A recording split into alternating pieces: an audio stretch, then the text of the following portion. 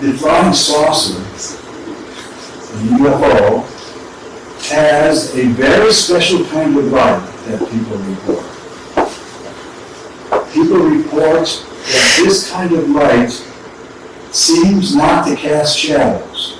So if I stand here, I can see the shadow of my hand on the floor. But this kind of light doesn't cast shadows, it's all enveloping.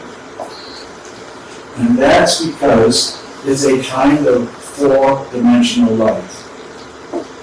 And what happens is that in the presence of this strong light from a UFO, the brain apparently develops new neural networks that describe four-dimensional seeing.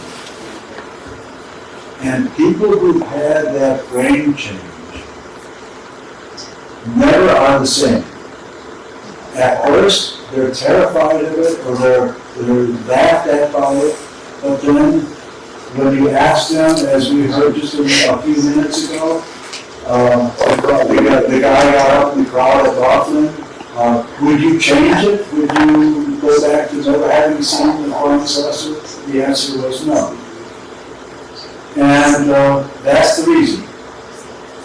Seeing the light, you're seeing what we, in theory of optics, call particle radiation. Normally, what you see coming from the light bulbs in this room is dipole radiation. It's just oscillations of waves that make a structure like this. Whereas particle radiation is three-dimensional. It does things like this. And it takes special charge distributions that are very difficult to make to create a charge that's making this kind of oscillations. But the spacecraft does it easily and routinely as part of its operations. And it is this light that is separating the sheep from goats, or the people who have seen a UFO from the people who haven't seen a UFO.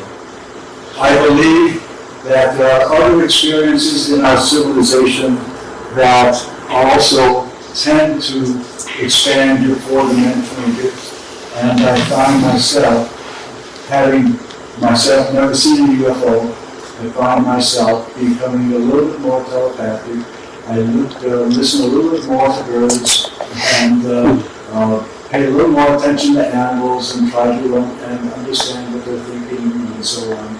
So I want you to understand that there is a piece of physical theory that can describe what the effects of seeing a UFO are, and almost certainly Wilhelm Reich was gifted with this. He's reported to have described having UFO encounters, and he apparently was a master of this four-dimensional